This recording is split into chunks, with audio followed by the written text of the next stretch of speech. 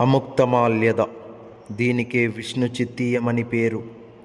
7 అశ్వాసాలు కలిగినటువంటి గొప్ప కావ్యం. శ్రీ వెంకటేశ్వర స్వామికి అంకితమిచ్చినటువంటి కావ్యం.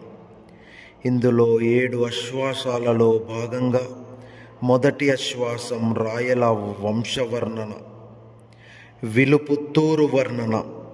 ద్వితీయాశ్వాసం మధురాపుర వర్ణన, మత్స్యధ్వజ వృత్తాంతం.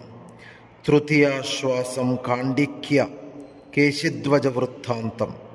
చతుర్థాశ్వాసం యమునాచార్యుని చరిత్ర, రాజధర్మాలు దశావతార వర్ణన. పంచమాశ్వాసం గోదాదేవి చరిత్ర. తెలుగులో పంచకావ్యాలలో ఒకటిగా పేరుగాంచినటువంటి మహాకావ్యం.